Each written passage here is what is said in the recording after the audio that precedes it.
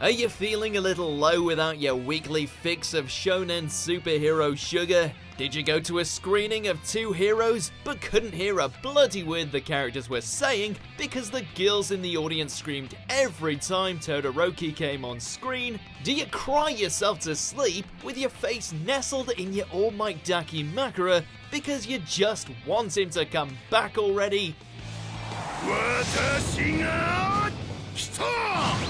Well, the blessed bunch at Bandai Namco have just the dose you need to inject right into your weeby glutes. But the question is it plus ultra?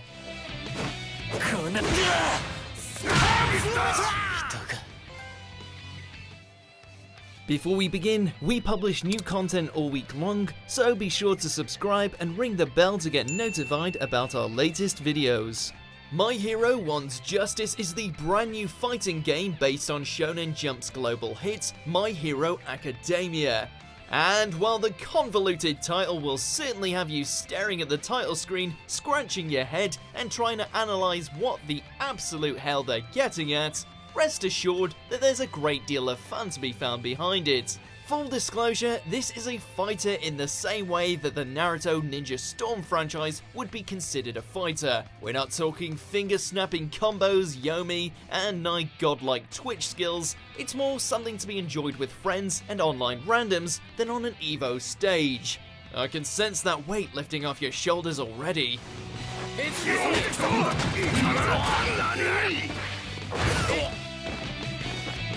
Also, despite being based on a modern franchise, the game somehow feels very nostalgic, calling back to the days when we'd get anime fighters for pretty much everything under the sun, and spend a wealth of time trying to unlock every little thing in them. I would especially link it to the early Naruto fighters for the GameCube, Tomi's Clash of Ninja series, which were great to play with buddies who weren't even familiar with the anime, due to their easy to understand combat and great visuals. So if you've got a buddy you're trying to convince to get into the show, be sure to force them beyond their will into having a couple of rounds with you.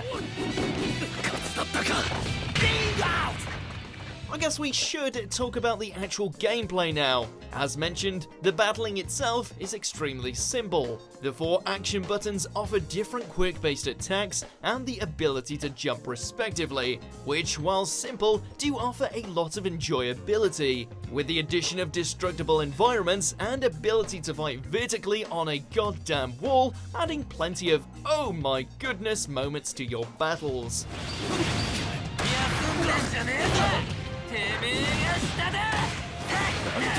You can also call your sidekicks to deliver a helping hand a la other fighting games, and build up your special gauge to unleash some rather lovely looking finishing maneuvers. Holy shit! Best of all, the combat is extremely fluid and actually has the same feel as the action from the show.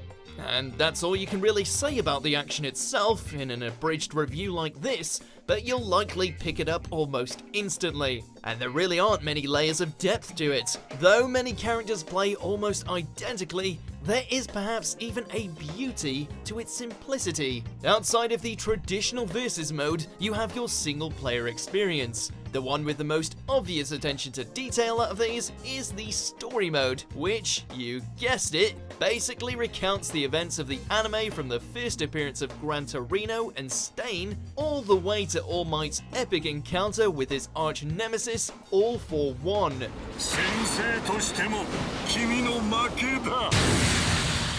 And here's your dramatic warning that yes, you absolutely will have to endure that exact same flashback from Midoriya's childhood that you've seldom seen in the show before, save for every bloody episode.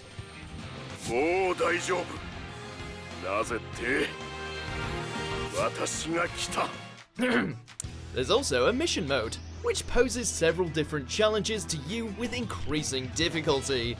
You pick your team and level up your fighters in a series of matches, retaining your health along the way, all to reach the climax duel against a tougher foe. The prize here, as well as in the story mode, being the ability to unlock new clothing items. These clothing items can be used in the customization page to varying hilarious results. Slap some random junk on your favorite hero or villain, and then battle it out totally straight-faced in your glad rags.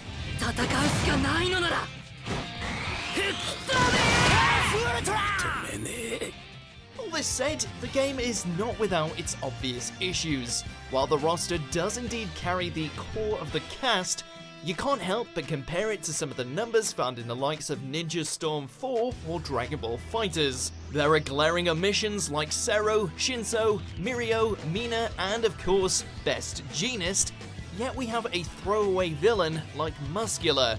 Worst of all, where's Mineta? Where's Mineta, guys? Where is Best Boy Mineta? Oh, there he is. So, while the gift of a free DLC shoot-style Deku is a lovely gesture, it's pretty hard to forgive the fact that Endeavor DLC is paid if you didn't pre-order, especially when the playstyles of each character are so similar. Honestly, DLC should be saved for more niche characters like Vigilante's Knuckle Duster or Koichi, rather than key players in the main story. You have to pencil the bare bones roster to the developers hoping to make this a yearly or bi-yearly franchise that'll build upon each other over time. So, for now, this lineup is pretty satisfying.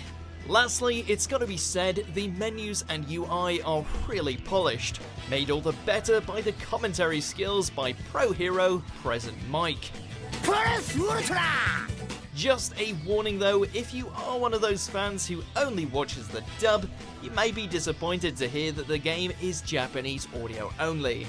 The retail price does seem very steep for what is a pretty thin amount of content. But with that said, My Hero 1's Justice is exactly what every Boku no My Hero Academia fan needs during the downtime between the movie to Heroes and Season 4. We need real heroes in our desperate time, and you gotta admit, it takes true heroic determination to release your game at the same time as Red Dead Redemption 2. Holy shit, guys. Holy shit. Check out these other great clips from MojoPlays, and be sure to subscribe and ring the bell to be notified about our latest videos.